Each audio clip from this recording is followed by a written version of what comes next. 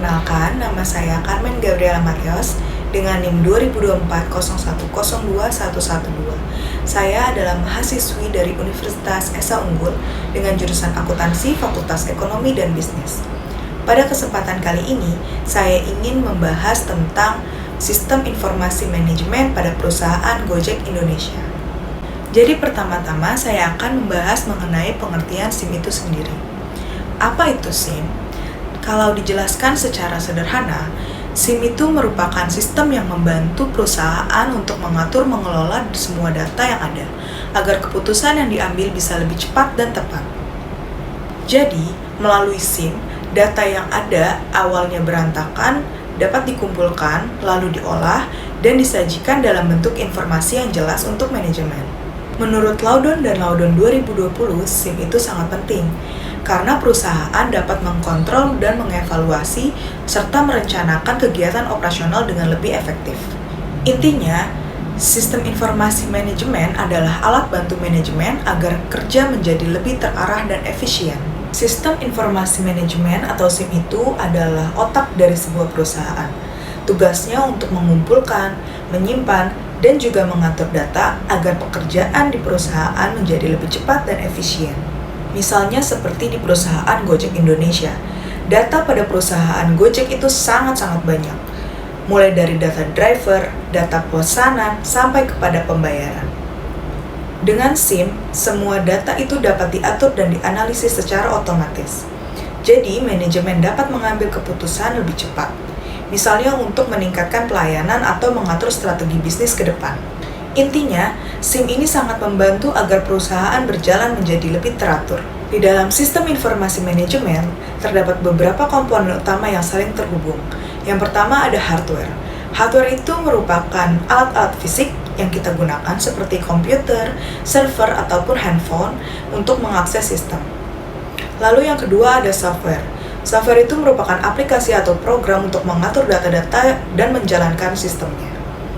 Dari data-data penting perusahaan itu akan disimpan di database agar lebih mudah dicari dan lebih aman.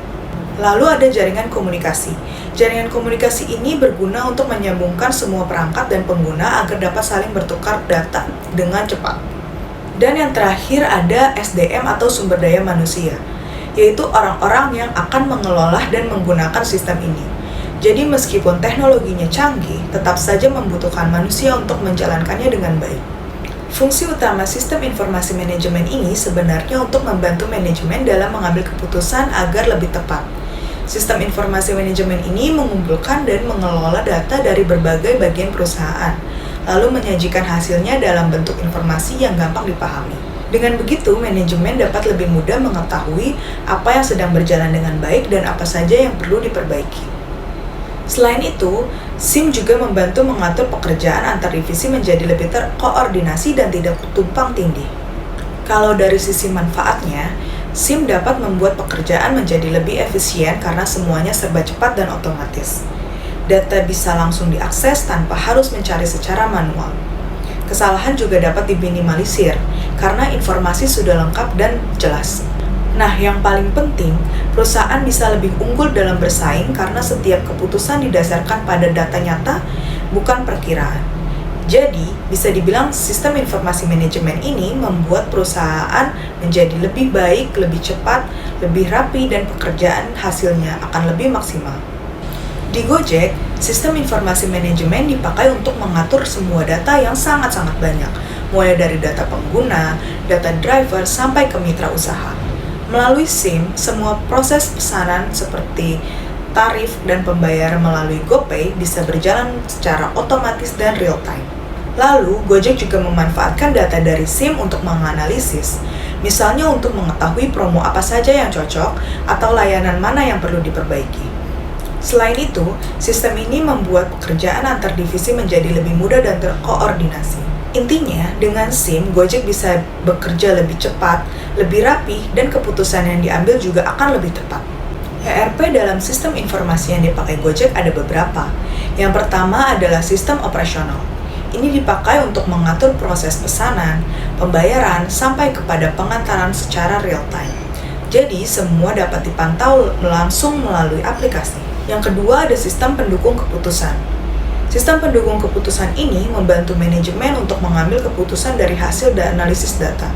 Contohnya untuk menentukan promo atau mengatur jumlah driver di jam sibuk. Lalu ada sistem informasi pemasaran. Ini dipakai untuk mengatur strategi, promosi, dan tahu kebutuhan pelanggan. Dan yang terakhir ada sistem informasi keuangan, yaitu untuk mengatur seluruh transaksi arus kas dan laporan keuangan agar keuangan perusahaan tetap aman dan rapi. Tujuan utama Gojek memakai sistem informasi manajemen itu agar semua proses kerja dapat lebih cepat dan efisien. Dengan SIM, data dari berbagai divisi bisa dikumpulkan menjadi satu sistem yang terhubung. Selain itu, SIM juga membantu manajemen mempunyai informasi yang akurat untuk mengambil keputusan. Misalnya seperti memberikan promo atau di mana harus menambah layanan baru. Tujuan lainnya juga untuk meningkatkan pelayanan ke pelanggan dan menjaga kinerja driver agar tetap optimal. Kalau kita lihat dari struktur organisasi Gojek ini, di posisi paling atas ada direktur utama yang menjadi pemimpin utama dan mengatur arah serta strategi besar perusahaan. Di bawahnya ada wakil direktur.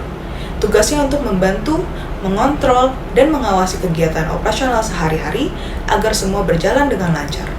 Lalu struktur ini dibagi menjadi beberapa bagian. Yang pertama ada manajer bidang IT.